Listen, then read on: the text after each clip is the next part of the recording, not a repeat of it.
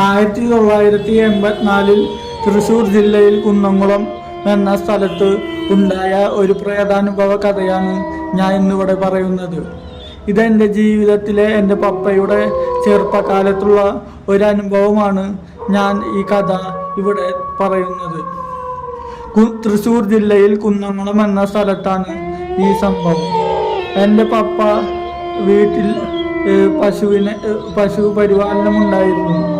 ആ സമയത്ത് ഒരു ദിവസം വൈകുന്നേരം 6:30 സമയത്ത് പശുവിൻ്റെ അസാധാരണമായ നിലവിളി കേട്ടാണ് പപ്പ പുറത്തേക്ക് വരുന്നത്. അപ്പോൾ അവിടെ പോയപ്പോൾ പശുവിൻ്റെ കഴുത്തിൽ കയറ് കുടുങ്ങി അസാധാരണമായ നിലവിളിയായിരുന്നു.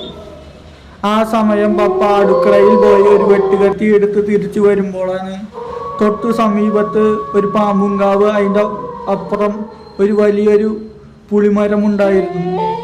അതിൻ്റെ ചുവട്ടിലാണ് ആ സ്ത്രീരൂപം കാണുന്നത്. ഒരു അസാധാരണമായ സ്ത്രീരൂപമായിരുന്നു. പപ്പ നോക്കിയപ്പോൾ മുഖം തിരിച്ച് മുടി കോന്തിയിരിക്കുന്ന ആ സ്ത്രീരൂപമാണ് കാണുന്നത്. പെട്ടെന്ന് ആശങ്കയിലായി. അടുത്ത് 1-2 വീട് മാത്രമേ ഉള്ളൂ. ഒറ്റപ്പെട്ട പറമ്പുകളായിരുന്നുകൊണ്ട് മനസ്സിൽ ഒരു പേടി കടന്നുകൂടി. ആ സമയം വീട്ടിലേക്ക് തന്നെ ഓടിക്കയറി.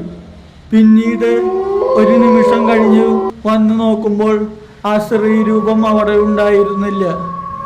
പെട്ടെന്ന് അമ്പരന്നു. ആരാണ് ഈ സ്ത്രീരൂപം? ഇതുവരെ ഒന്നും കണ്ടിട്ടില്ല. പെട്ടെന്ന് ആ ഭയം മനസ്സിലേക്ക് കടന്നു വന്നു. ആ വിവരം വീട്ടുകാരോട് കൂടി സംസാരിച്ചു.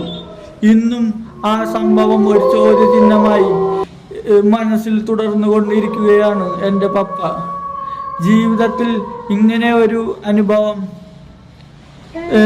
ഒരിക്കലും പ്രതീക്ഷിച്ചിരുന്നില്ല. ഇതാണ് ഈ കഥയുടെ അവതരണം.